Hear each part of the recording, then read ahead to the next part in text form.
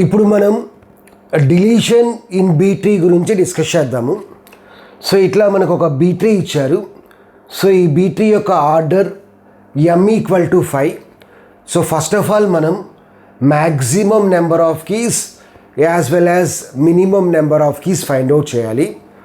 Maximum number of కీస్కి formula m-1. So మనకి ఇచ్చిన ఆర్డర్ 5. సో 5 - 1 అంటే 4. సో మ్యాక్సిమం పర్ నోడ్లో మనం 4 కీస్ స్టోర్ చేయొచ్చు.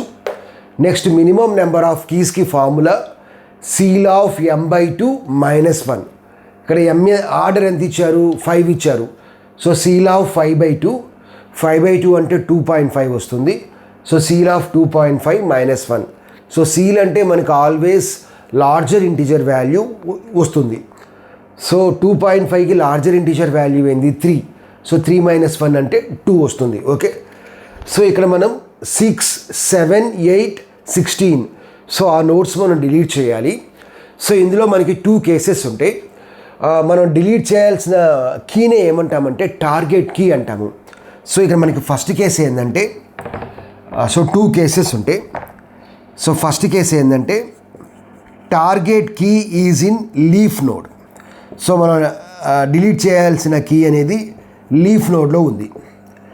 సెకండ్ కేసు ఏంటంటే the target key is in internal node. So first మనం లీఫ్ నోడ్ గురించి డిస్కస్ చేద్దాము. సో లీఫ్ నోడ్ అంటే ఏంది? ఆ నోడ్కి ఎటువంటి చిల్డ్రన్స్ ఉండవు. సో ఫస్ట్ 6ని డిలీట్ చేద్దాము. సో 6 ఎక్కడుంది మనకి? సో ఫస్ట్ మనం 6 యొక్క లొకేషన్ ఫైండ్ అవుట్ చేయాలి. 6 అనేది <16 కాబట్టి లెఫ్ట్కి ట్రావర్స్ చేస్తాం. 6 అనేది <3 <8 కాబట్టి ఈ మధ్యలో ట్రావర్స్ చేస్తాం. 6 అనేది <5. సో 6 యొక్క లొకేషన్ ఎక్కడుంది అంటే ఇది 6 ఎక్కడుంది మనకి? లీఫ్ నోడ్లో ఉంది. సో లీఫ్ నోడ్లో మనకి అగైన్ 2 కేసెస్ ఉన్నాయి. సో ఫస్ట్ కేసు ఏంటంటే if leaf node contains more than minimum number of keys.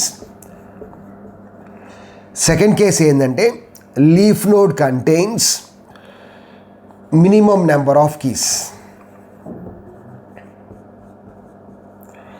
So ఇక్కడ మనకి ఇచ్చిన ప్రాబ్లం ప్రకారం మినిమం నెంబర్ ఆఫ్ కీస్ ఎన్ని ఉండాలి?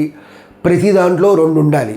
సో ఈ డయాగ్రామ్ అబ్జర్వ్ చేస్తే మనకి ప్రతి దాంట్లో ప్రతి నోడ్లో మనకి మినిమం 2 కీస్ ఉన్నాయి except root node. So root నోడ్లో మనకి మినిమం 1 కీ ఉండొచ్చు. There is no problem. Okay, so first మనం డిలీట్ చేయాల్సిన కీ ఏంది? 6. 6 యొక్క లొకేషన్ ఏంది? ఈ నోడ్లో ఉంది. ఈ నోడ్లో మనకి ఎన్ని కీస్ ఉన్నాయి? 3 కీస్ ఉన్నాయి. మనకి మినిమం ఎన్ని ఉండాలి? 2 ఉండాలి. అంటే 2 కన్నా ఎక్కువ ఉన్నాయి. So that is the first case. Leaf node contains more than minimum number of keys. ఇక్కడ 2 ఉంటే చాలు మనకి, బట్ మోర్ దాన్ 2 ఉన్నాయి. So more than minimum number of keys ఉంటే మనం కళ్ళు మూసుకొని ఆ నోడ్ని డిలీట్ చేసేయచ్చు. So there is no need to make any changes. So 6 ఉంది. సో ఇక్కడ మీరు 6ని డిలీట్ చేసేసేయండి. కళ్ళు మూసుకొని 6ని డిలీట్ చేయడమే. సో 6 డిలీట్ చేసిన తర్వాత ఇందులో మనకి 2 కీస్ ఉంటాయి 5, 7. స్ట్రక్చర్ కూడా మనం చేంజ్ చేయాల్సిన నష్టం లేదు. 5, 7 అనేది 3కి 8కి మధ్యలో వచ్చాయి. ఈ 13, 14, 15 అనేది 8 కన్నా పెద్ద వాల్యూసే. నెక్స్ట్ సెకండ్ వన్ డిలీట్ చేయండి.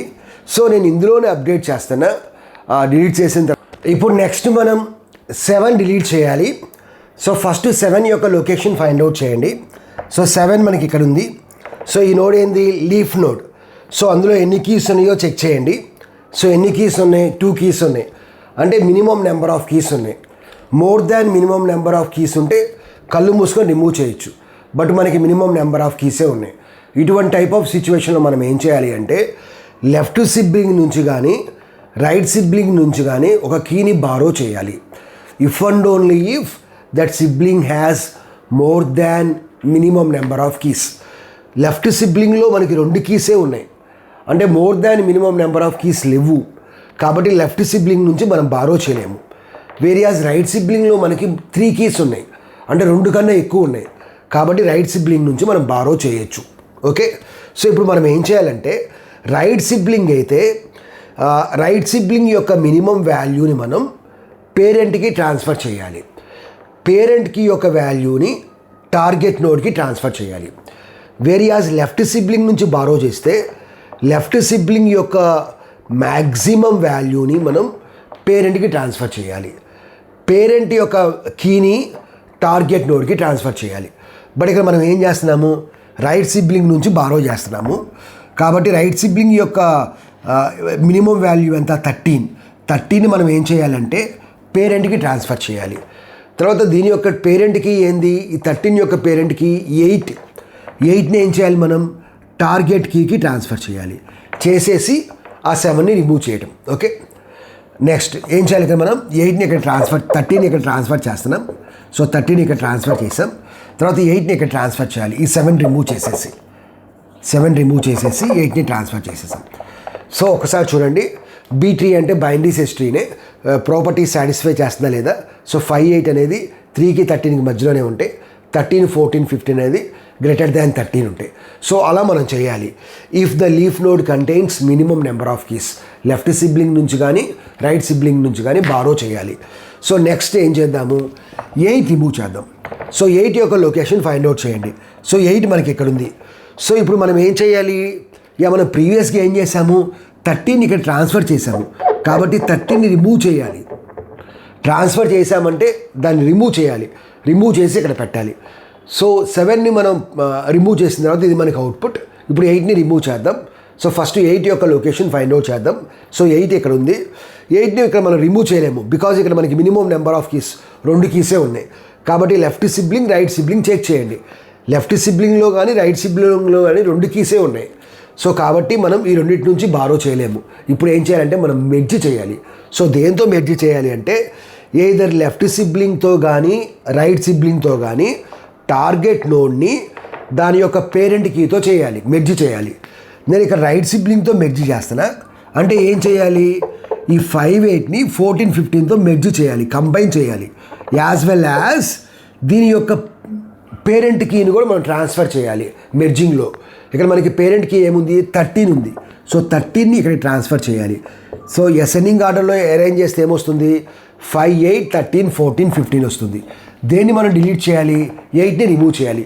సో మెర్జ్ చేసిన తర్వాత ఈ 8ని రిమూవ్ చేసేసేయండి. సో ఇప్పుడు మనకి అవుట్పుట్ ఏమొచ్చింది, 5, 13, 14, 15 వచ్చింది ఈ రైట్లో మనకి. నెక్స్ట్ ఇక్కడ ఏముంది, ఇక్కడ మనకి ఇంటర్నల్ నోడ్లో ఒక్క కీనే ఉంది. బట్ మనకి ఇక్కడ B3 అంటే ఒక రూట్ నోడ్లో మాత్రమే ఒక కీ పెట్టచ్చు. ఇంటర్నల్ నోడ్లో మనం ఒక కీ పెట్టడానికి ఛాన్స్ లేదు. సో కాబట్టి ఈ 3 అనేది దీని యొక్క left sibling right sibling check చేస్తుంది, more than minimum number of keys ఉన్నాయా లేదా అని. ఇక్కడ మనకి లెఫ్ట్ సిబ్లింగ్ లేదు, దీనికి రైట్ సిబ్లింగ్ ఉంది. బట్ రైట్ సిబ్లింగ్లో 2 కీసే ఉన్నాయి, అంటే more than minimum number of keys లేవు. కాబట్టి దాని యొక్క పేరెంట్ అడుగుతుంది. ఇక్కడ పేరెంట్లో ఒక కీనే ఉంది. సపోజ్ ఇంకొక కీ ఉంది అనుకోండి, అప్పుడు ఓన్లీ ఆ పేరెంట్ కీ మాత్రమే కిందకు వచ్చి మెర్జ్ అవుతుంది. ఇప్పుడు ఏమైందంటే 3 దీని యొక్క పేరెంట్కి ఏంది 16 ఈ ఎగ్జాంపుల్లో.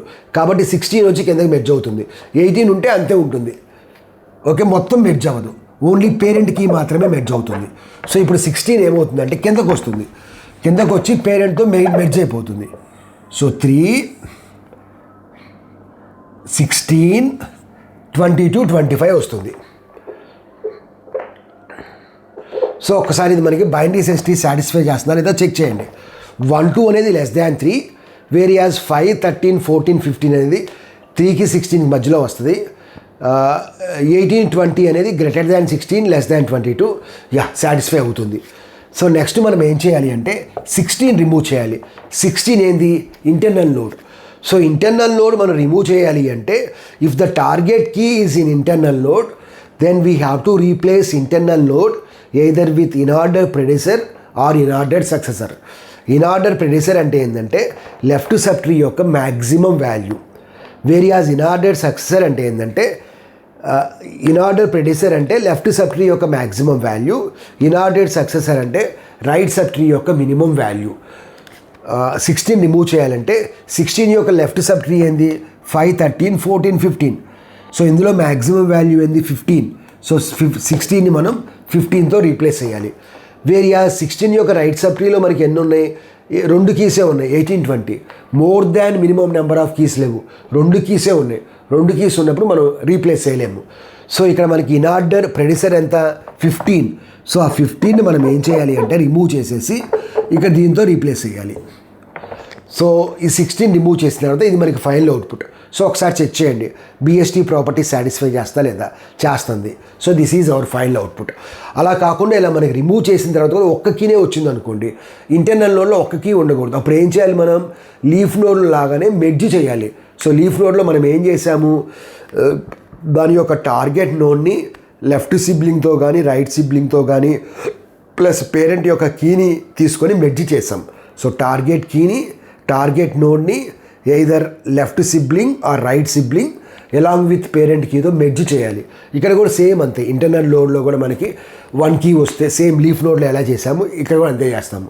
సో ఇట్లా మనం ఎగ్జామ్లో ఏ ఎగ్జాంపుల్ ఇచ్చినా చాలా ఈజీగా సాల్వ్ చేయొచ్చు. ఇది మనకి బీటీలో డిలీషన్ గురించి.